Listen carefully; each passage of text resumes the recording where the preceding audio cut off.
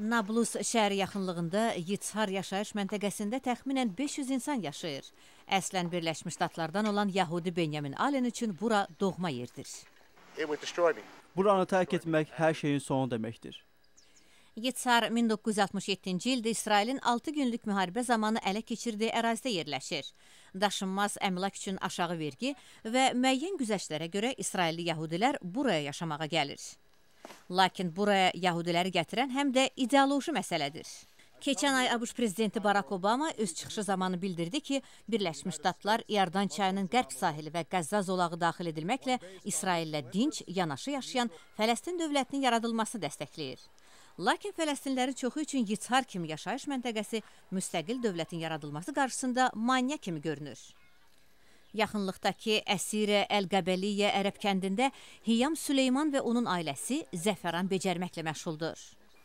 O deyir ki, kəndlilər tarlalara getmə imkanından məhrumdur və yaşayış məntəqələri olana qədər sülh yaratmaq çətin olacaq.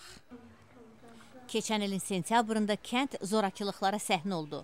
Yitzhar sakinləri kəndi daşa basıb Fələstinli sakinlərə hücum etmişdi.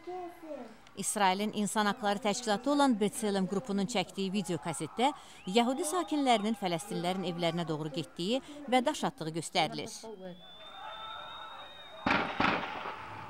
Şahidlər bildirir ki, bu bir ərəbin Yitzhara daxil olaraq bir evi yandırıb Yahudi uşağını bıçaqlamasına cavab olaraq edilmişdir.